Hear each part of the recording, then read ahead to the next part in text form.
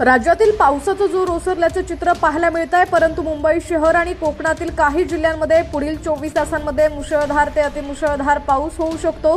मुंबई आणि कोकणातील मुंबई, ठाणे, रायगड, रत्नागिरी या जिल्ह्यांना हवामान विभागानं पुढील 24 तासांसाठी ऑरेंज अलर्ट जारी केलाय।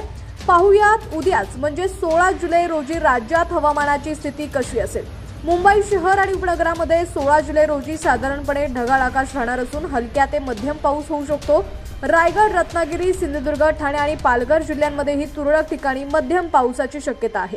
पुणे, सातारा, सांगली, सोलापूर आणि कोल्हापूर या पश्चिम महाराष्ट्रातील जिल्ह्यांमध्येही तुरळक ठिकाणी मध्यम पावसाची शक्यता आहे।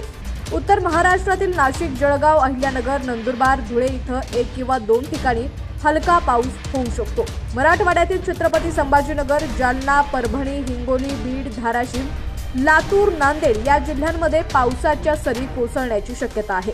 तर विदर्भातील बुलढाणा, अकोला, नागपूर, चंद्रपूर, भंडारा, गोंदिया आणि गडचिरोली या जिल्ह्यांमध्ये जोरदार पावसाची शक्यता असून हवामान विभागानं या 6 जिल्ह्यांना येलो अलर्ट जारी केलाय। विदर्भातील उर्वरित जिल्ह्यांमध्ये तुरळक ठिकाणी हलका ते मध्यम पाऊस होऊ शकतो। दरम्यान आता राज्यातील तुमचा जिल्हा कोणता आणि तुमच्या जिल्ह्यातील हवामानाची काय स्थिती आहे ती देखील आम्हाला कमेंट्सच्या माध्यमातून नक्की कळवा।